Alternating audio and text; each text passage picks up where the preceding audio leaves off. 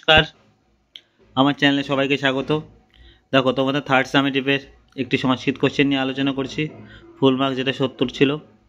তোমার পরীক্ষা দেওয়ার আগে এই কোশ্চেনটা ভালো করে সমাধান করে গিয়েও, যেন পরীক্ষায় এই টাইপের কোশ্চেন আসলে সমস্ত উত্তর করতে পারো সংস্কৃতের ওপর কোশ্চেনটা।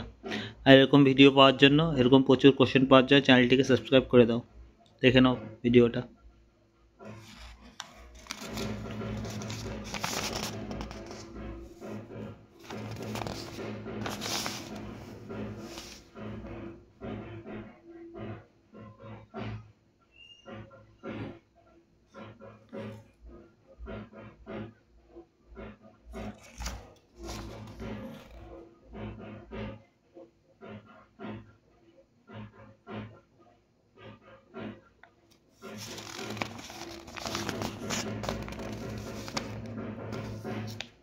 ভিডিওটি যদি ভালো লাগে চ্যানেলটিকে সাবস্ক্রাইব করে দিও। সবাইকে ধন্যবাদ।